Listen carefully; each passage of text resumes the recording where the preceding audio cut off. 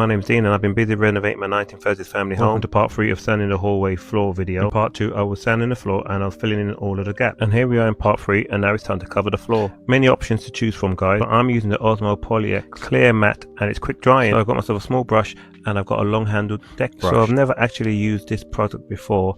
It's a quick drying version of their regular stuff. So I'm giving it a quick stir and I'm ready to start using it. So I've done this a couple of times before, but I've always used a roller.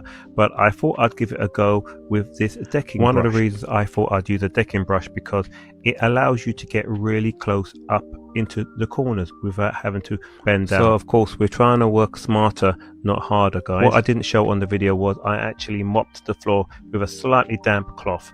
Not wet at all, just slightly damp to get rid of the loose dust. And as you can see, it's pretty good at getting right up against the skirting board and against the corner. I'm doing coat 1 of 2 coats. In case you're not aware, this is an oil, not a varnish. A varnish would just sit on top of the wood. This oil will actually penetrate the wood and actually feed it over the years. So I let the first coat dry, as you can see, perfectly dry. And now I'm coming back with the second and the final coat. The second coat is much easier to put on. And as you can see, no brush strokes were left behind from me doing that first coat. And don't get confused, even though it's an oil, it doesn't dry oily. It dries completely hard, and yet it's still flexible. Honestly, the second coat was so quick to apply. The drying time of this oil is 4 hours between coats, as opposed to their standard oil, which is 8 hours between coats. And a little cheat tip I put on the fan, which sped up the drying time no end. Now that's all done, I'm going to let it dry and come back and see the finished result. Make sure you follow for more.